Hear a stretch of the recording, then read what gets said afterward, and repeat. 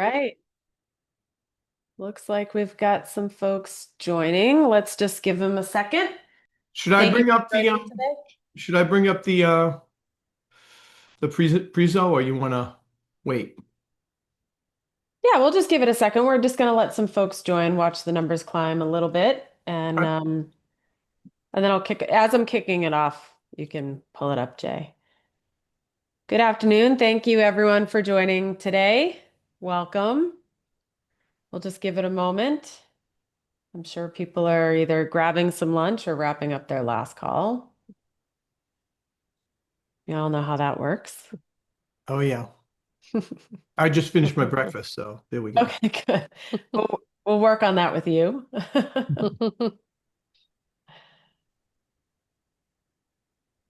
So if you see me pulling, picking my teeth, that's sorry. Great. That's great. Bonus.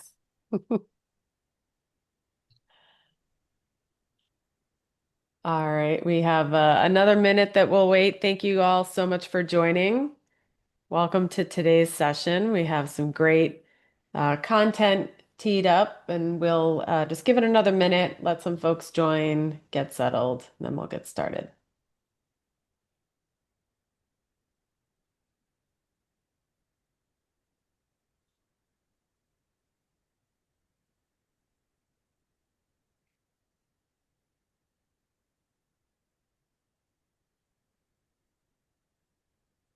I'm having a Brady Bunch moment as we're waiting for people to get started. Jay's looking left, Brian's looking up, Molly's looking. Who's gonna hum the theme? I don't know because I'm drawing a blank right now. I'm like, what is it? What is it? What is The Brady it? Thank Bunch. you. The Okay. Brady, that's the way we became. Yeah. Oh, look, we're brand ambassadors today. I didn't even plan that.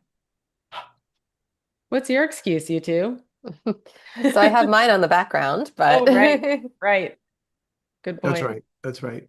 yeah, I wore But mine Brian to just looks great in that jacket, so Yeah, he yes, just all shows dressed up. up. Osh. Yep. Thank you. I love it. All right, we have a couple more people joining, so we'll just give it one more minute and then we will jump right into the content. We don't want to delay. We always like to respect people's times and celebrate those that are on time. So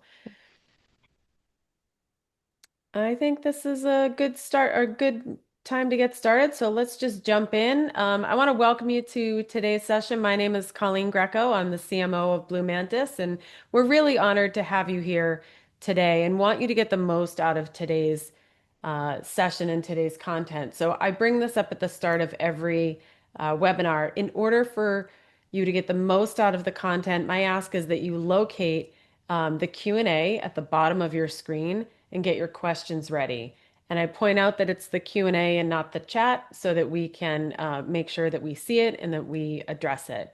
I would ask that your question contains some context so that our presenters can accurately answer your question. Sometimes we do get questions that just say, what do you mean in response to what somebody is saying? And we have no idea what slide you're referring to. And so we want to make sure that we can accurately answer your question. So we'll start first with who is Blue Mantis. Um, and then I'll cover today's speakers. So we are a security first IT solution and services provider. And we always lead with security first. It is all about security all the time. And so what does that mean? We help clients solve IT problems. It is as simple as that, whether it's data center, networking, unified communications, cloud, data and analytics. And that's delivered through professional services and managed services with security and AI embedded at every layer, ensuring protection, compliance, and efficiency. It is that simple. So that's who Blue Mantis is. We are honored to be here with you today. And I just want to jump to the next slide and introduce you to today's speakers. We have Jay Martin, our Chief Information Security Officer, and dare I say friend at Blue Mantis, and Molly Anderson, our VP of Legal. I don't know why I said legal at Blue Mantis. We also have Brian Greppy on the call. He is from Gorgle, which is one of our partners, and we'll get into what that means as we get into today's content. So let's go to the next slide, and I'll just quickly review the agenda, and we'll then kick off the session. So we'll walk through, of course, real world consequences. I think it's really important, from a storytelling perspective, people always want to know, well, what does this mean to me? How can I relate? We'll go through human risk management, reducing insider threats from within. I think we often feel that employees, have a certain level of responsibility within the company that they take very seriously, and that's not always the case. And so Molly's going to do a great job of talking us through that. We'll go through some technical controls, detecting and thwarting insider threats. We'll also talk about Mantis Protect, powered by Goracle, and then we'll end with Q&A. You can put questions in the Q&A section at any time. Just again, give us that little bit of context, but we will have plenty of time to answer your questions. So without further ado, I'll turn it over to Jay. Thanks, Colleen. Great intro again. You really make this more polished and kick us off with the right enthusiasm. So much Thank you. appreciated.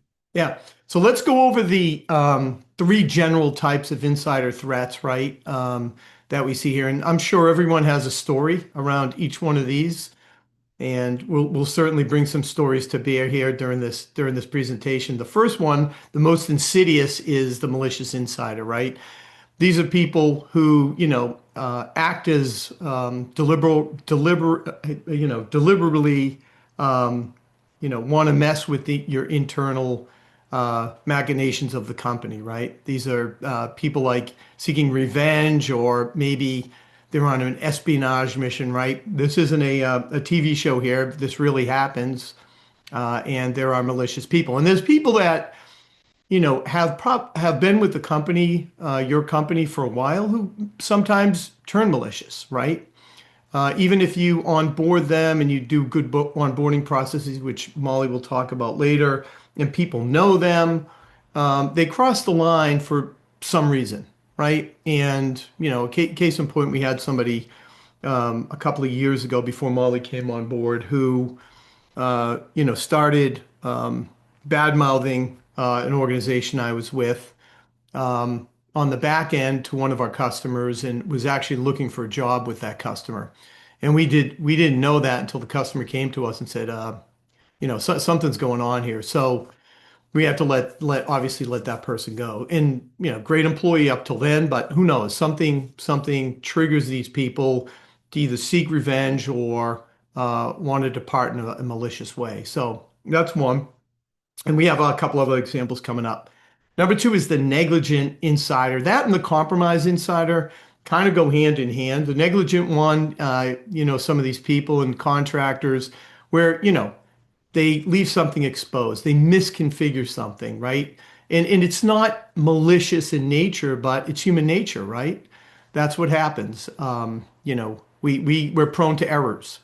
And that's what happens, right? And then compromise, and that includes phishing. That includes whether you're a contractor or a third-party vendor. We're seeing third-party risk creep up quite a bit. We certainly have, and you see in the news every day. And then the compromise insider, which is the costliest, by the way. Malicious is most insidious, but the compromised individual either has stolen credentials or allows himself to be externally attacked, maybe unbeknownst to them, and the bad actors steal their credentials, and away they go, right? If you don't have good control set up, that bad actor has access to exactly what that end user has, and they can move in the organization, move laterally, and do their insidious things like launch malware and ransomware, right? So those are the three types in general. So why does this matter to you? And you look at some of these numbers here, insider threat is very costly, right? It's very costly, not only monetarily, but from a reputational perspective, right? Especially if it makes the news. I'm going to talk about a couple of those on the next slide here. But if you look here, across here, actions by employees and contractors or partners that harm the organization remain pretty high, like 20% insider threat.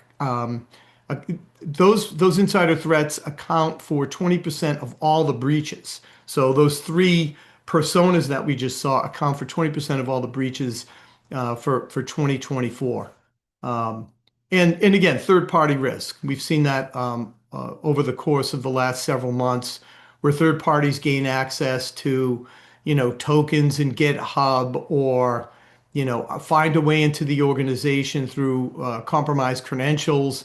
That third party has access to your environment, or knows people in your organization. They send them an email. Maybe it's a business email compromise. We had one that happened a couple of weeks ago where somebody took over a third-party email end user, sent an email to a company and asked them to change their account number, to for the next invoice. And they were able to actually see in that person's email box, the bad actor, other invoices that were sent out, and they actually knew the invoice number that was due and how much was due and things like that. And it's very, very credible for the person actually looking at that email on the other side saying, "Oh, this looks legit. Let me keep going here." So that's why it really matters, right? Fraud, brand reputational damage, and financial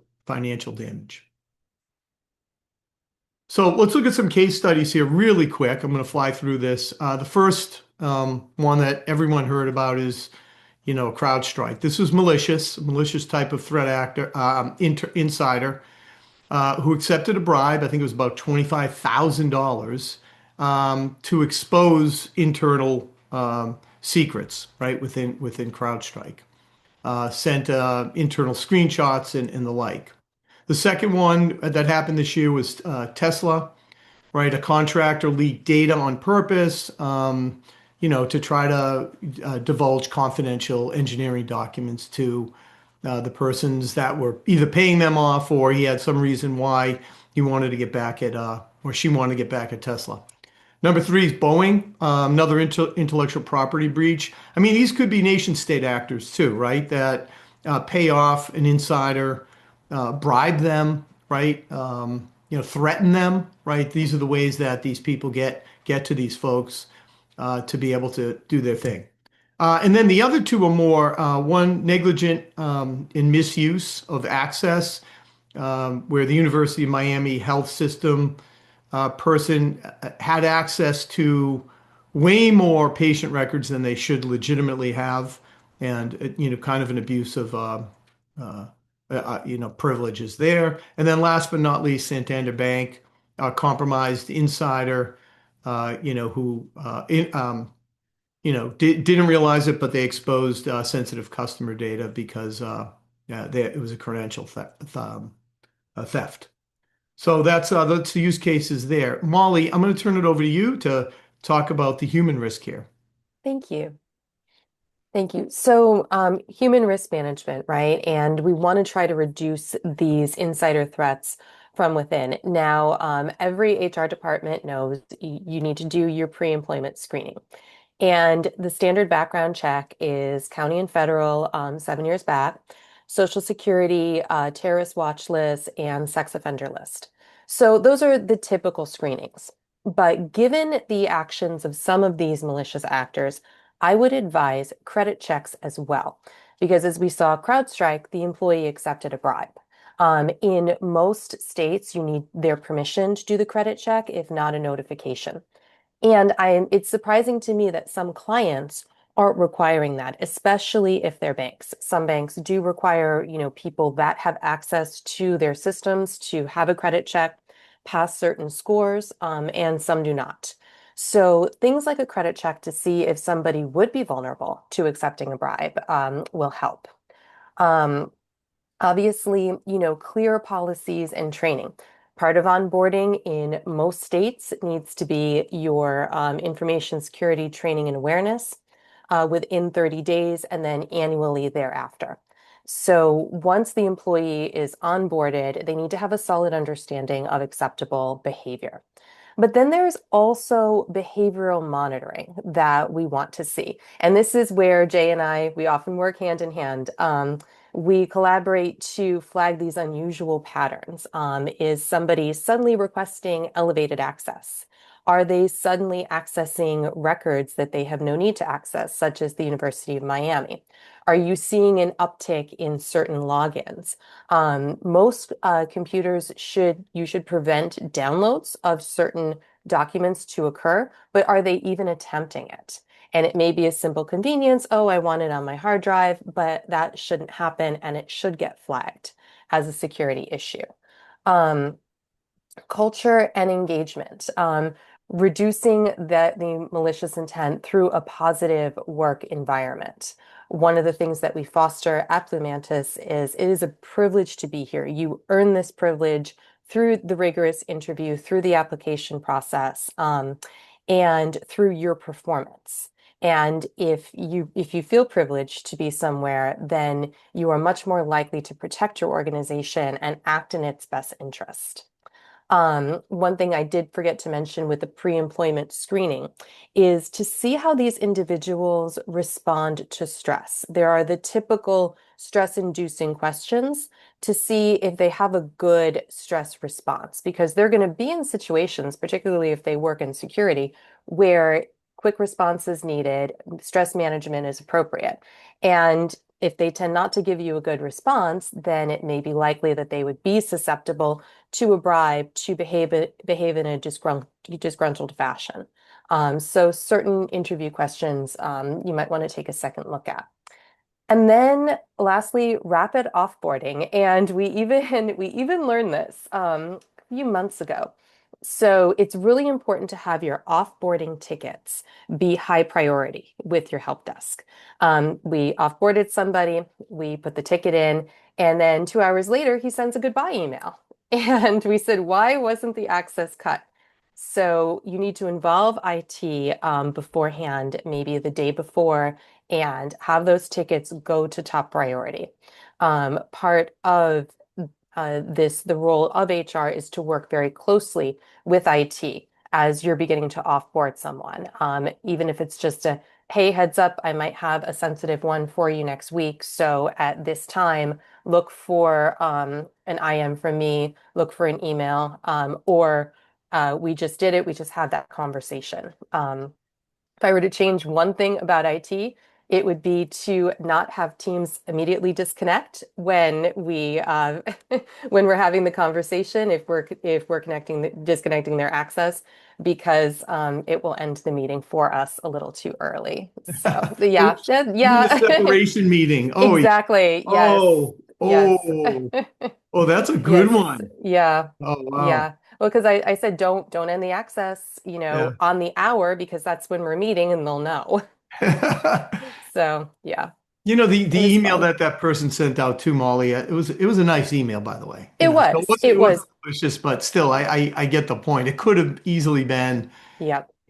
a bunch of hate, right? Or Right. And I got worse. the Yeah. call from the CFO because I didn't see it right away. He's like, why is he sending emails? I said, let me talk to IT. So Yeah. yeah. All right. So, what are some of the things on the technical side? Great session, Molly, there about what we can do on the human side, right? On the technical side, there's quite a few things that we can do here. One, and I know everybody's looking at that first one, rolling their eyes, oh, zero trust. I get that all the time. Vendors have done us a disservice talking about zero trust in a box and, hey, you buy our product and you're zero trust, right? And that kind of stuff. But it goes beyond that, right? These three core areas of least privilege use. Are we making sure that the people in our organization only have access to what they need to have access to do their jobs, right? Number one. Number two is, are we verifying explicitly? Are we continuing to verify based on the assets they need to access in the organization? Are we using things like secure MFA, right? And strong passwords and things like that. Very important. And last but not least, assume breach. I always think as a CISO, somebody's in my environment, I am paranoid. What do I need to do to make sure that all my stuff is backed up, in immutable storage somewhere, that I have eyes on glass 24/7 looking at anomalies in the environment. And, I have a good security awareness program that Molly and I collaborate on internally. So I'm going to assume that everybody's bad.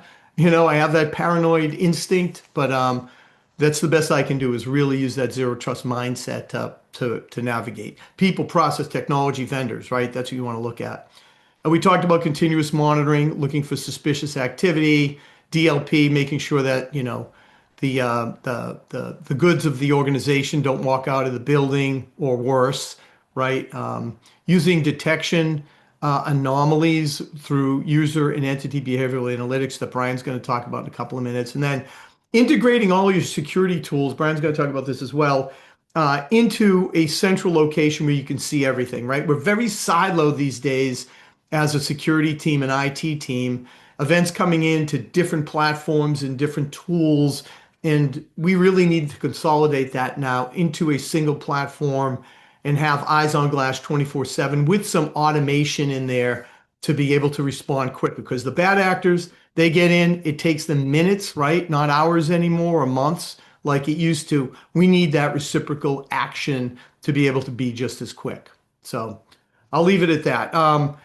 Next one, so Mantis Protect is our MDR service that we use to monitor, support, bring a higher level of security maturity to our customers. The platform makes use of a powerful SIM. We are a managed service security provider, by the way, but the back end of this, really the centerpiece is GuruCool's next generation SIM that Brian is going to talk about in context of how best to protect you. Brian. Thanks, Jay. So I just touch upon kind of the challenges we have, and these have been ongoing for some time, and no one wants to see the vendor slide of how many security vendors there are and all the different toolings we have to deal with. I'm not saying that that has been solved yet. I think the industry is making some good moves forward, so hopefully that trend will continue. But first and foremost, the tool sprawl really creates visibility gaps at the end of the day. And often with traditional tooling, one of the challenges has been the cost of actually ingesting that data, storing that data for some length of time, along with searching the data, right? There are utilization costs, and then of course, the cost of storage is probably the biggest one. So how do people respond? They drop the data, right? They don't ingest the data, and that creates gaps as well. Add to that, as you get more dynamic with cloud infrastructure, how those are constantly changing, REST API endpoints change. So there's a lot of dynamics going on nowadays that just weren't there 20, 30 years ago. So we think about that, we're already at a disadvantage, right? We can't necessarily see what's happening. So detecting malicious intent becomes a bit of a challenge, and a traditional SIM is generally query based. So running detections to indicate behavior or intent become challenging if you're just writing queries. I've written many queries, and some of them, I can tell you, ultimately, some of them end up being a lot of work that don't really get you a lot of value. So what does that result in? Slow detection, delayed responses. And that's just something we have to deal with. If insider threats go unnoticed for some time, regardless of the type that Jay talked about in the top three there, it's going to be a problem. Data exfil is something that, obviously nation states are big with it. Blackmail is a big problem too. It's pretty easy to actually conduct that. I spent some time in the Navy, and I could tell you about some historical ones like the Walker case if you're interested. So it's really easy to pull off, and it doesn't cost as much as you think to get somebody compromised. And then, of course, the third-party access risks are really just becoming the next, what I would call sprawl that we've always faced, right? So we had pizza box sprawl way back in the day, and now we have entitlement sprawl, role sprawl. Now we have third parties. Everybody's interconnected, right? Yeah. So when we interconnect everybody, we're creating a whole bunch of opportunity for various threats, particularly insider threats. And if it's a knowledgeable person, even more dangerous, right? So thinking about how we risk score different people within the organization based on their job role is going to be very important. And last but not least, I won't belabor this one. Everybody's aware of it, right? Alert fatigue, analyst burnout. It's just too much, right? There's too much data. It's coming at us too fast. It's changing too often. You just can't handle that as a human being anymore at the speed we need to do it. Next slide, please. So how do we handle insider risk management? And we have to simplify that to some degree. And the way we're doing this kind of high level is just understanding what kind of AI can we use? And again, I'll go with Jay with zero trust in AI. They are very much have become Eye rolling. bad terms, right? When people talk about AI, I often say, well, do you know what HI is? And I get a blank stare. Well, HI is human intelligence. And ultimately, you've got to have the human Right. intelligence to make the right decisions. Yep. Molly's talking about how do we handle like onboarding or offboarding? How do we find those people that might potentially become a problem? So having a lot of that information requires some level of data science, machine learning, right? And AI is kind of the garbage bag term that kind of collects all those things. So we do a combination of different AI inside of our platform that is completely self-contained and controlled. So let's go to the next one. So high priority use cases. We kind of talked about them. I want to piggyback a little bit on Molly's conversation too. Jay mentioned espionage, sabotage. Data exfil is big for those. But you could pick off other things too, right? Like if somebody's a flight risk, how do we figure that out, and how do we really know that's even true? Because the reality is our behaviors may change on a daily basis, but we should be able to detect trends over time, right? I have seen where a very high level employee, very gung ho, happy, gruntled, where some things happen, right? Maybe a promotion's missed.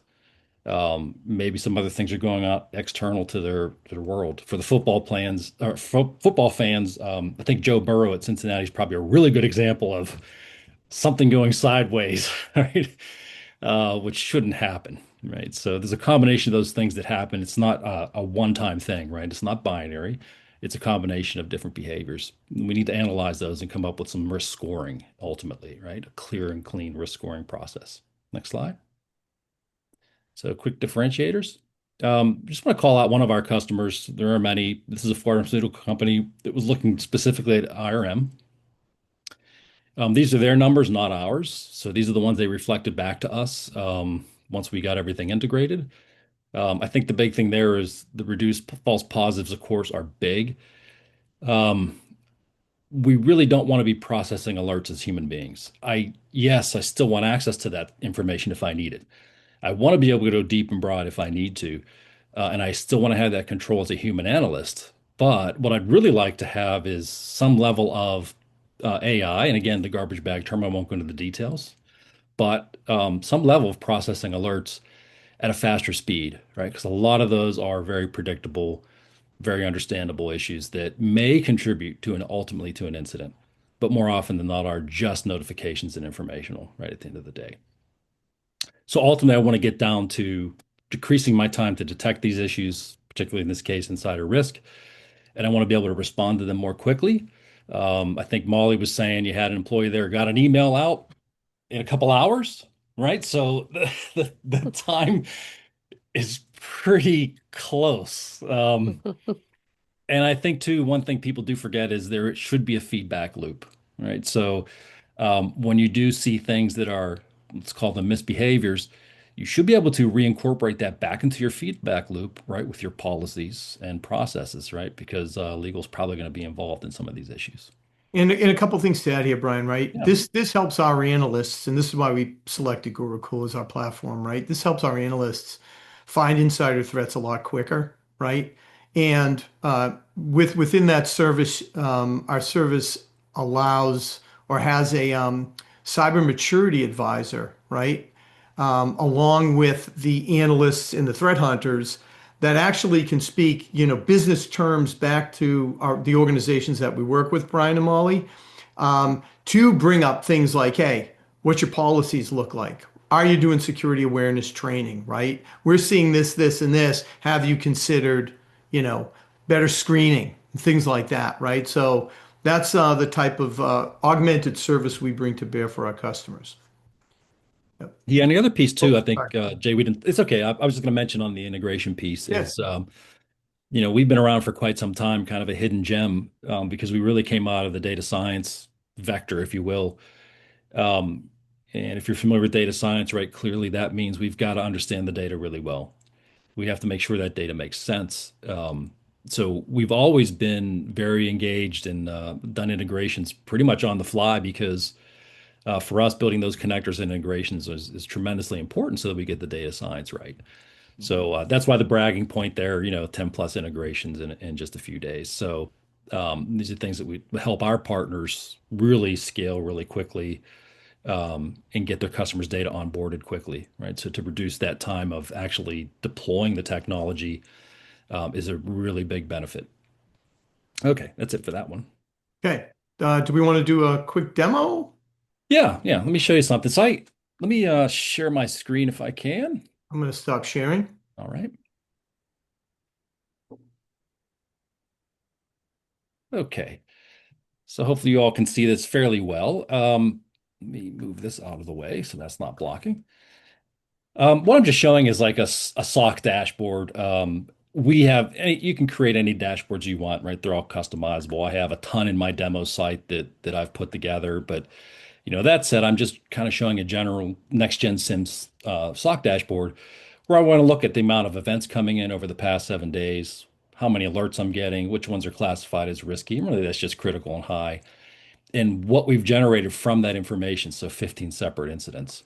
But in this case, I'm going to pick a little bit on what Molly was talking about, maybe this HR issue, right? So I've got this HR disciplinary action that's been detected for a user. You'll notice on my screen I have other panels, right, which I'm just kind of ignoring at the moment. Cloud threats, risky entities, risky users, right? You can kind of build whatever dashboards you want or pursue your workflow however makes sense. We offer that open flexibility for you to kind of really customize things. So Blue Mantis is really good at doing that for you guys. So if I look at this HR issue, I've got some disciplinary action. If I want to go a little deeper, I can go ahead and click on that. I've got several alerts here. And the SME AI is really just kind of like my tier one analyst to some degree, right? It's just saying, hey, I've got this alert for this user. Here's their manager. Here's their performance. This is clearly coming from Workday, right? So we're really focusing on what's coming out of the HR and a promotion deferred.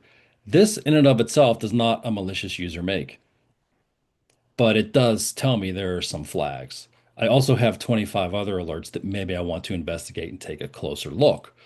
Now, this individual probably is a problem, and I know that because it's my demo, but you would find this just in the wild as well. When I click on this profile of this user, I get a lot more information about some of the activities they've been doing, right? And some potential problems, right? Excessive file deletions. We talked a little bit about, DLP and exfil. Over time, you can see I'm going across a week here. I start to see these patterns, unauthorized file sharing, right? So on and so forth, right? So I'm getting some behaviors, sentiment analysis, right? Different things that are starting to pop up. They're telling me, hey, this person might actually be a problem. I can then take a look too at like, hey, maybe they have in their peer group, right? These are their risk scores. We always do 0 to 100, but they are aggregated across various different attributes. So we do that at various levels within the software. But the peer group is very important. If someone's doing something really unusual that's not typical of their peer group, right, their score is going to elevate, right? I don't really care about a 15 necessarily, but 89, 100, clearly a problem. If I go a little deeper, I can actually get all of the details across the 7 days that I've been looking at and take a closer look, right? So I see, hey, there was some disciplinary action. There's some disgruntled behavior we're seeing, excessive user access to weapon sites detected in this case. That's kind of scary, but unauthorized file sharing. And you can just see this kind of goes on. And by the way, we map everything to MITRE. So we're like 97% mapped to MITRE at this stage. The reason I bring that up is as I'm looking at all this, right, maybe I'm just processing this as an investigator, but ultimately I might want to make a decision and say, hey, based on that, I think what I want to do is probably execute a playbook. And maybe for now, right, until we do a little bit more work, I might come down and say, hey, can I disable this user, right? So I could click one of these and do that. And that's to say, doing this manually, right? Based on certain things, you could actually create a trigger that would automate this as well. So I'm just showing you manually. In a lot of sites, we actually do the automation as well, based on triggers. Again, it's up to you how much the human wants to be involved in those things. And then finally, just to quickly show you this, and I'll jump into the one other thing. I can come into my chatbot, just me AI. Again, this is part of the platform. So the Mantis Protect team can come in here and just say, hey, we got this issue. Let's generate a report for this employee and get a sense of what that looks like.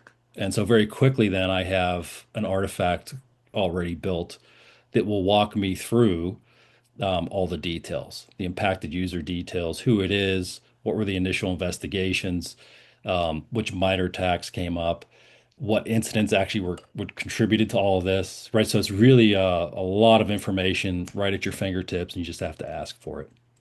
Yeah, and if we see an anomaly, obviously we have SLAs where we need to respond to our customers, and we also have business reviews, right, periodically with our customers where these reports are provided, right? They're discussed, and we go into detail. They're not just thud documents, Brian and Molly, where we just hey, send out an email. Here's a report.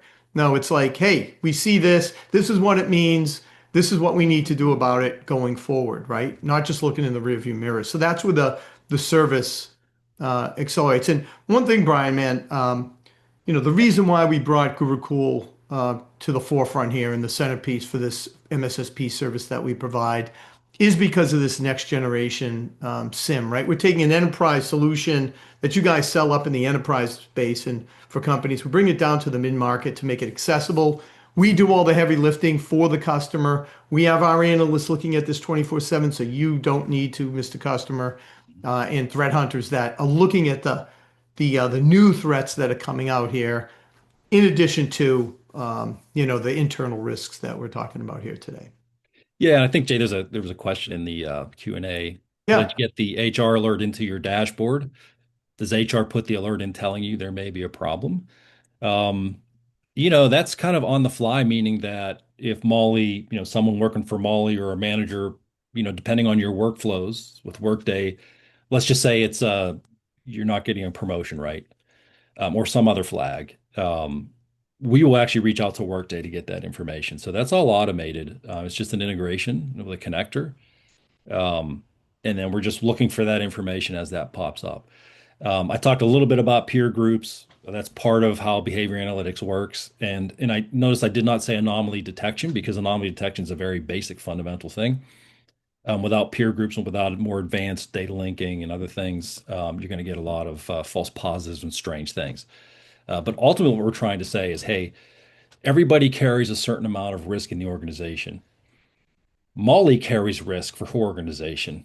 Jay carries risk in his organization. Why? He's the CISO, right? So there are things that Jay has. So when I look at peer grouping, right, and again, this is done multiple ways. Some of that is through deduction and some of that is through induction, if you like the science side of piece. But that said, I may decide that, hey, I've got a peer group that touches a lot of expensive equipment, or maybe they transact a lot, right? High value. Those peer groups then, right, we can add risk to that automatically within a data model. So we don't black box anything in our system. So if you wanted to say, hey, I've got the C-suite peer group, I want them to have an automatic risk score of 25 just because, and you can tune that. You might decide, hey, I've got some engineers that work in the cloud. They're very savvy, smart guys. If they're doing certain things, certain attributes, like maybe they log in with a role, right? Maybe they're coming through the CLI, whatever it is. Maybe for that engineering team, maybe they're DevOps or DevSecOps even. Maybe I want to raise their attributes at a data model level. So we give Yeah. you a lot of opportunities to go in and look at things and change things, which really means with Mantis Protect, they can really craft a solution that it very fits your environment. Because the reality is, if you rely on AI, like a lot of people want to tell you, just rely on it, you're going to get yourself in trouble. And I think we all know that, right? Everybody's touched Sure. ChatGPT, and we're all aware of Yeah, that. it So has to be AI informed, but humans have to yes, verify and take it over the finish line. And just absolutely. to answer the question that came up, Brian, too, the Workday integration Mhm. is and you got the integration out of the box that Guruku brings that we help support and help integrate with our customers is fantastic. There's a huge list of those integrations. I recommend going to the website. On our side, we could do it that way. We could do the integration with HR system, or you just open up a ticket. We use ServiceNow on our back end. We have it integrated GuruCool with ServiceNow today. You open up a ticket, and that HR anomaly or person gets flagged in the GuruCool system, right? VIPs too. The other one, Brian, is like how about your executive leadership in your organization? They're high profile, right? Yeah, Yeah. absolutely. Mhm. Absolutely. And just to backtrack on the integrations too, I kind of mentioned it a little bit. As we think about more and more how things are connected, right? Security is also more connected. Um, so I want to harken back to the zero trust mindset, right? I think is really important that Jay kind of called out at the top. It's a mindset. And we can integrate all sorts of tools and do all sorts of things, but ultimately there has to be a guiding hand, and that guiding hand has to be a human intelligence, right? At the end of the day, AI assist, absolutely, right? Make it easier. Yep. So the integrations are big for us. We've been doing them for a long time. We've got pretty much everybody, and we will do, particularly for our partners, obviously. If you have corner cases or very unusual situations, we absolutely have done those, like in zero gap environments for energy, hospitals that have some kind of archaic applications that some doctor wrote 20 years ago that still exist. So all those things are on the table for us. Great. Well, thanks, Brian. Yeah. Um, and I'm just going to share out my screen one more time here. Let's see, share. Um, and oops, right here. Yep. And one last slide. Let me do this. Thank you. We appreciate you attending. We know that, you have busy days here, and this is a serious topic and very timely. So if you have more information, please reach out to us, events at bluemantis.com. We'll also be sending out. Oh, Colleen, you want to wrap us up here? Oh, sure. Yeah. Yeah, Thank you sure. everyone for your I saw for you pop in. popped in. Yep. Um, I don't want to take all the attention away from you, I have to share it. Please. Anyway, I want to thank everybody for attending today and thank our speakers, Jay, Brian, and Molly, for sharing some really valuable information. And, we see it in the headlines, we know it happens. And it's, as we say, it's not a question of if, it's a question of when. We'll open it up for Q&A. We definitely have a little bit of time baked into the agenda today to answer your questions. So I'll turn it over to what's on or what's included in the Q&A panel, and we'll ask those questions live. So the question is, what specific steps does Blue Mantis recommend for formal threat reporting and investigation of suspected insider threats? Jay, I think you're on mute. Molly, you want to take a crack at that one? Sure, absolutely. So, interestingly enough, it depends on who suspects it and when. So if it is more on the technical end, for example, if our monitoring people, if they start to see, certain spikes in activity, if we get an alert from Gurukul, then they should go to the individual's managers, and then they should involve human resources, especially if it's simply a suspicion. And then we will work very closely with Jay and say, okay, let's look at some further patterns from this individual. And if it looks like it's marching toward some level of a threat, then I would ask Jay's team to collect the evidence, and then we would have a discussion with an employee. Yeah, the other part of that is the proactive part. If we do see a potential, even a suspect, right? We want to make sure that you're circling back with your IT department Yeah. and making sure they're not overprivileged. Speaking with their direct manager, making sure that they're only accessing systems and data that they need to access, right? We've seen situations where people, because they've asked for it and they've been with the company for a long time, they have broad access, and inadvertently or through malicious actions, they've shared out data through SharePoint, right, to external people, not within their company, right, to external entities, which is a huge risk, right? We even saw someone one time publicly share to, and this was a school system, to everyone, including the students, a share that they shouldn't have shared out. That was administration only. So there's things like that, are negligence as well. And that's why it's so important when we talked at the onset to approach this from a least privilege use perspective. But if you do, see something, you report it, but also there's a proactive side of this as well that you need to look into pretty quickly.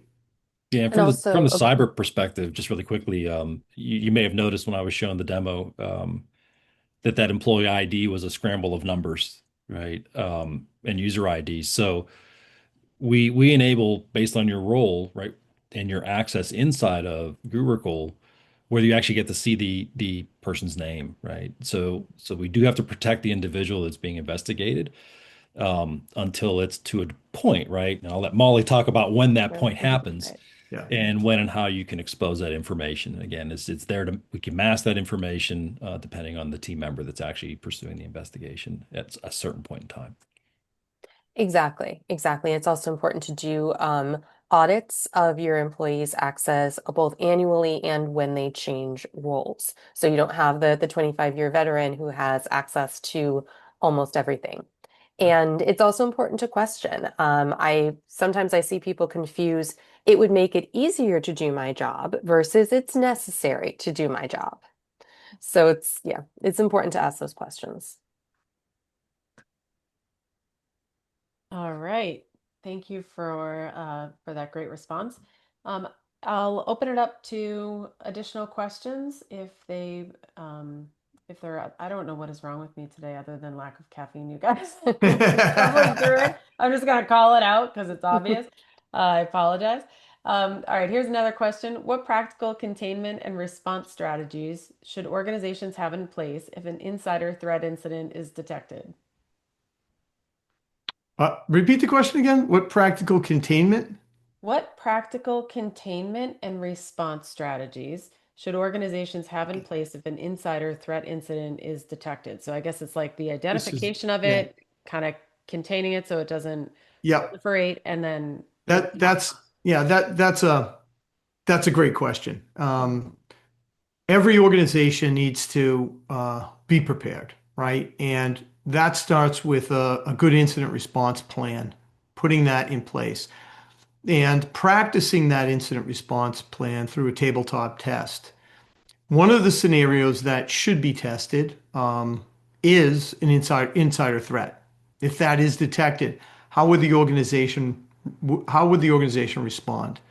How would you contain that threat? Then you'd move to eradication. How do you eradicate that? And then be able to move on to, actually putting techniques in place and technologies in place to make sure that never happens again. So fixing the root cause of that problem, right? So going through that phase of really planning it, doing a tabletop test, and then going through the motions of if that incident actually happened, what would that communication plan be, right? How do you communicate if something does happen more broadly to the market, to your vendors, to your customers, and then what's that communication plan down to your employees because they're talking, right? What do you say on social media? What don't you say? Things like that really need to be coordinated, practiced, and written down. Yeah, that's my answer there. Anyone else? Yeah, I'd just say too, I showed a little bit in the software side of the world, which is peer groups, and that's very important. And Molly even mentioned just here a couple seconds ago that if an employee that's been there 20 years takes a different position, well, they're no longer in that peer group anymore. They're in a different peer group, and so um, I'm thinking specifically of a particular situation at a healthcare customer where the intake people, right? They basically you walk into the clinic or wherever, and that person's sitting there. You give them your information. A lot of times, certain employees, right, are temporary, right? It might be a 3 month thing for them. There may be third-party contractors. So having understanding of the peer groups is probably really important. Again, depending on the size of your organization, that could be challenging. But if you are small or mid-size, you actually have an advantage to say, hey, listen, I'm going to do a tabletop exercise strictly for our intake people so we understand how we want to maybe craft additional policies or change them and how we might respond or contain that. Right. So I think the peer group does matter. It's unlikely you're going to walk the CISO out of the building right away, but maybe you would. I mean, I have seen It's these things just happen. eventual for us Just, all. yeah, yeah. So hopefully that's a retirement thing, though, and not a I first hope thing. so, Brian. I Yeah, hope so. same here. So But I think it's important to think about these things not just as like the one glove fits all problem, right? And I think that's where a lot of companies can get into trouble really quickly, right? They treat employees all the same because there's a penchant to do that, Yeah. which morally makes sense. But based on their role and what they do for the company, you have to kind of focus on that a little bit more. Great discussion. Any other questions? We have a few more minutes left. We'll hang around for a couple more minutes to see if more questions come in. And if you are about to drop, we just want to thank you for your attendance today. Thanks for your attention. Thank you for your questions. You can always reach out to us for more information at events@bluemantis.com. Any questions, any comments, future content you want to see, you want to get in touch with, Jay, Brian, or Molly, we're happy to do that. So please make sure that you make use of that email alias, and we will get the information to you as fast as possible. I don't see any more questions coming in, so we will take that as we are wrapped. Thank you again so much for attending today. Thank you to our presenters, and wishing everybody a happy holiday season and Happy New Year. Thank you. Happy Merry holidays. Christmas, Happy New Bye. Year. Happy Happy New Year. holidays.